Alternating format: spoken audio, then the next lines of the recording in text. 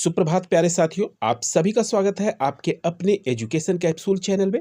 और जैसा कि आपको थंबनेल देखकर पता चल गया होगा कि हम एक नई भर्ती और बड़ी भर्ती के बारे में बात करने वाले हैं। इंडिया पोस्ट यानी डाक सेवक की, जो कि आपके डाकघर से निकली हुई भर्ती है और ये ऑल इंडिया लेवल पर है। ठीक है, तो आइए हम इसके सिलेक्शन प्रोसेस को भी जान लेंगे और पूरा A to Z जानकारी जानेंगे कि आपको क्या क्या आपके पास डॉक्यूमेंट्स होना चाहिए और कौन कौन फॉर्म भर सकते हैं और कहाँ कहाँ से भर सकते हैं। टोटल पोस्ट जो आपकी होने वाली 21,413 होने वाली है। तो आइए चलिए देखते हैं इसके नोटिफिकेशन को। तो दोस्तों, ये government of India ministry of communication department की तरफ से पोस्ट निकली है आपका यहाँ नई दिल्ली से, और इसका नोटिफिकेशन निकल चुका है। यहाँ पे देखिए नोटिफिकेशन में इन्होंने क्या कहा है, ग्रामीण डाक सेवक यानी GDS की ऑनलाइन एंगेजमेंट शेड्यूल इन्होंने जारी किया है।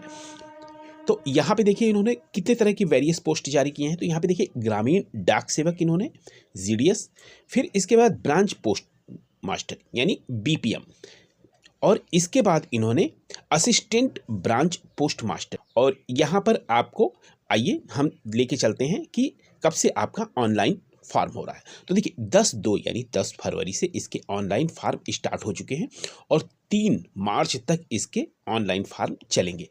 अब अगर आप फॉर्म भरने में कोई गलती कर देते हैं या कोई त्रुटि रह जाती है, तो उसके लिए आपने अगर फॉर्म भर दिया है इस बीच और आपसे त्रुटि हो गई, तो आपको घबराने की ज़रूरत नहीं है, क्योंकि फिर से वेबसाइट की विंडो जो है वो 6 मार्च को खुलेगी और 6 मार्च से लेके 8 मार्च तक आप अपने जो भी फार्म हैं उसमें आप करेक्शन और एडिट कर सकते हैं।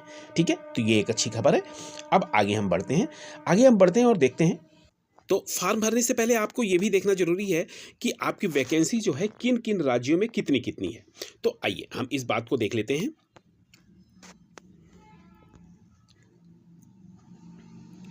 यहाँ पे देखिए आंध्र प्रदेश के लिए जो लैंग्वेज है, जो आपका लोकल लैंग्वेज है,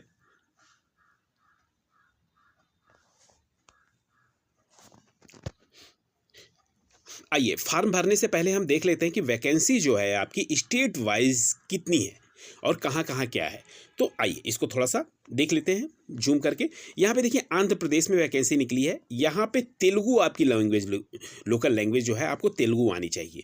आसाम की असमिया आना चाहिए। यहाँ पे देखिए इंक्लूड किया हुआ, आसाम में बंगाली और बंगला आना चाहिए, बोडो आना चाहिए, इंग्लिश आना चाहिए, बिहार में हिंदी आनी चाहिए और छत्तीसगढ़ में हिंदी आनी चाहिए, और दिल्ली में हिंदी आनी चाहिए, गुजराती में गुजराती आनी चाहिए। ठीक है, यहाँ पे देखिए हिंदी जो है ये कॉमन है, तो हमारा अगर मान लीजिए हम बिहार से हैं तो हम हिंदी डालेंगे इसको। और अगर हम उत्तर प्रदेश से हैं, उत्तर प्रदेश नीचे दे रहा होगा हमारा, उत्तर प्रदेश और उत्तराखंड हमारा साथ साथ में होगा। यहाँ देखिए उत्तर प्रदेश और उत्तराखंड, यहाँ पे दोनों देखिए हिंदी है, ये लोकल लैंग्वेज। अब यहाँ पे बात करते हैं कि हमारा उत्तर प्रदेश में कितना है। तो उत्तर प्रदेश में हमारी जो सीटें हैं वो 3004 हैं। और हम अगर बिहार की बात करते हैं, तो बिहार में आपका 783 पोस्ट हैं। तो आप अगर चाहते हैं कि अगर बिहार से अगर आप भरना चाहते हैं, क्योंकि लोकल लैंग्वेज यही है, अगर आप उत्तर प्रदेश से भरना चाहते हैं तो आप भर सकते हैं। लेकिन आपको थोड़ा सा ध्यान रखना होगा कि यहाँ पे सैलरी जो है ना आपकी स्टार्टिंग जो होगी वो 10,000 और 12,000 से ही होगी। तो इसलिए आप अपने लोकल जगह से ही आप इस फॉर्म को भरें, जिससे अगर आपका होगा तो आप अपने घर के भी काम कर सकें और इसको भी कर सकें। इस फुल नोटिफिकेशन को आप पढ़ लीजिएगा। चलिए और आगे हम बात कर लेते हैं। आपको 2 set self attested photo copy जो है आपको रखनी है। ठीक है, अब आपको क्या क्या डॉक्यूमेंट्स होने चाहिए। देखिए मार्कशीट की आप फोटो कॉपी रखेंगे। आइडेंटिटी प्रूफ में आप आधार कार्ड हुआ या आपका जो भी वोटर कार्ड हुआ, ठीक है, आपका ड्राइविंग लाइसेंस हुआ, जो भी आपके आइडेंटिटी प्रूफ में है वो रखेंगे। कास्ट सर्टिफिकेट, अगर PWA के हैं तो आप PWA वाला सर्टिफिकेट रखेंगे और EWS का सर्टिफिकेट रखेंगे। अगर आप उस कैटेगरी से आते हैं तो ट्रांसजेंडर अगर है तो ट्रांसजेंडर का certificate. Date of birth proof के लिए आपका ये हाई स्कूल का जो मार्कशीट होती है, आपका सर्टिफिकेट होता है ना, वो मान्य हो जाएगा आपका। फिर medical certificate issue by medical officer और गवर्नमेंट से। ठीक है, ये आपके पास होना चाहिए। यहाँ पर हम फीस की बात कर लेते हैं। कि फीस आपकी कितनी लगेगी। तो देखिए आपका जो भी जनरल के हों और आप OBC के होंगे, ठीक है, तो आपकी जो फीस लगनी है वो 100 रुपीज़ फीस लगेगी। और SC ST, ठीक है, और SC ST के और ऑल ऑल फीमेल मतलब कोई भी मतलब किसी भी कास्ट की फीमेल होंगी उनका 0 फीस लगेगी। ठीक है, तो ये आप ध्यान रखिएगा कि SC ST और ऑल फीमेल को और फिजिकल हैंडीकैप्ड को इनको जो है फीस में छूट है, इनको जरूरी रुपीज़ लगनी है, लेकिन जनरल और OBC को 100 रुपीज़ आपको पे करने होंगे, तो ये आपकी फीस लगेगी। यहाँ पे GDS के जो रूल हैं वहाँ पे कह रहे हैं कि दे आर रिक्वायर्ड, उनको ज़रूरत है काम का कितना, मिनिमम पीरियड 4 घंटे यानी 4 घंटे और मैक्सिमम आपको 5 घंटे एक दिन में काम के लिए देना है। तो ये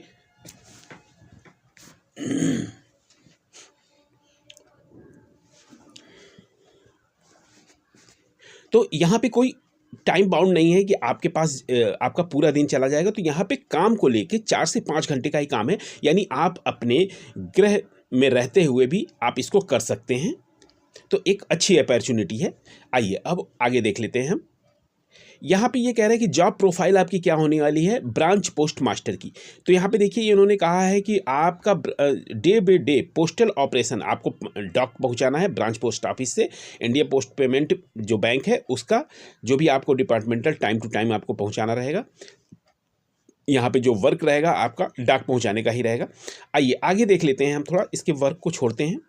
यहाँ पे आप इसको थोड़ा सा नोटिफिकेशन पढ़ लीजिएगा, लेकिन जो मेन बातें हैं हम बता देते हैं। अब देखिए असिस्टेंट ब्रांच पोस्ट मास्टर का क्या काम है, इसमें स्टाम्प्स हुआ, स्टेशनरी हुई, anyone delivered mail to door to step exchange mail, account office, deposit, payment and other transaction. तो यानी आपको ये सारे काम करने हैं। अब यहाँ पे देखिए आपका अगर BPM है तो आपको कितना मिलेगा, तो यहाँ 12,000 से लेके 29,380 रुपये तक आपको मिलेंगे, इस बीच में ही आपको मिलेंगे। AVM और डाक सेवक को 10,000 से लेके 24,470। तो एक वेतन आपके गृह में आप अपने घर पे रहते हुए इस नौकरी को कर रहे हैं, तो ये आपके लिए बहुत ही बेहतर है।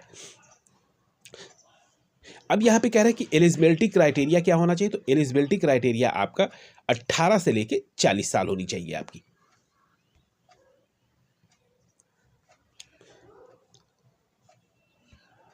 यहाँ पे शेड्यूल कास्ट और शेड्यूल ट्राइब के लिए उम्र सीमा जो है आपको 5 साल छूट मिलेगी, यानी 18 से 40 है तो आपको 45 साल के अगर आप SC ST में हैं तो आप इस फार्म को भर सकते हैं। और OBC में सीधी सी बात है 43 ईयर्स होना चाहिए, क्योंकि 3 साल इसमें ऐड कर देंगे। आगे देखते हैं कि आपके पास एजुकेशन क्वालिफिकेशन क्या होनी चाहिए। तो देखिए एजुकेशन क्वालिफिकेशन कोई ज़्यादा नहीं है, इसमें केवल आप अगर 10th पास हैं, ठीक है, 10th पास इसमें आप भर सकते हैं। और ये कह रहे हैं कि आपको, ठीक है, आपको लोकल लैंग्वेज ज़रूर आनी चाहिए। ऐसा नहीं है कि अगर आप यहाँ के हैं, सपोज कीजिए आप बिहार के हैं और आप चाहें कि तमिलनाडु में हम फार्म भरेंगे, तो नहीं, क्योंकि तमिलनाडु की आपको लोकल लैंग्वेज नहीं आती है। तो यहाँ पे सबसे ज़्यादा ज़रूरी उन लोगों के लिए है। अब यहाँ पे आप सोचेंगे कि क्राउड ज़्यादा होगा, तो देखिए जो भी अपने जगह के हैं वो लोग अपने ही जगह भरेंगे, क्योंकि लोकल लैंग्वेज की ज़्यादा समस्या होगी। तो यहाँ पर लोकल लैंग्वेज अगर आप भोजपुरी के हैं तो आप वहीं के भरेंगे, क्योंकि आपको आपकी भाषा पर ज़्यादा पकड़ है, क्योंकि आपको लोकल में घूमना है और लोकल में लेटर पोस्ट करने हैं, तो लोकल लैंग्वेज की ज़्यादा ज़रूरत है। तो यहाँ पे उन्होंने कहा है कि आपको स्टडीज़ होनी चाहिए लोकल लैंग्वेज की। तो यहाँ पे ये है कि आप अपने ही आप जो ग्राम पंचायत है वहीं से फार्म भरिए, इसको अपने ही डिस्ट्रिक्ट से फार्म भरिए, आपको बेनिफिट मिलेगा। ठीक है, और यहाँ पे एक चीज़ और, आपको साइकिल चलाने का ज्ञान होना चाहिए और कंप्यूटर का कोई सर्टिफिकेट इसमें नहीं चाहिए। ठीक है, इसमें आपको केवल आपको कंप्यूटर का मतलब जानकारी होनी चाहिए बस।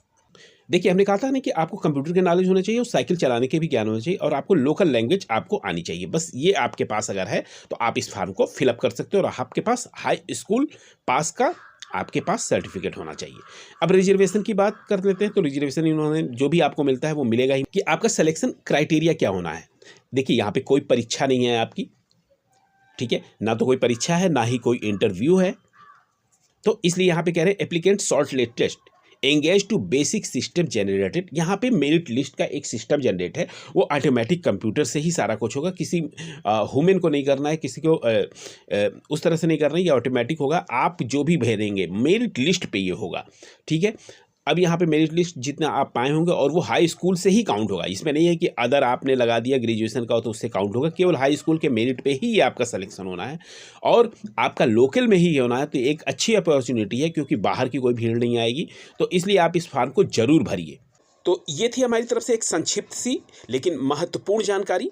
आगे मिलते हैं आपसे, इस फॉर्म फिल करने के पूरे प्रोसेस को हम देखेंगे, वो भी मोबाइल से, वो अगले वीडियो में हम आपको बताएंगे। तब तक के लिए मिलते हैं अगले वीडियो में, तब तक के लिए आपका धन्यवाद।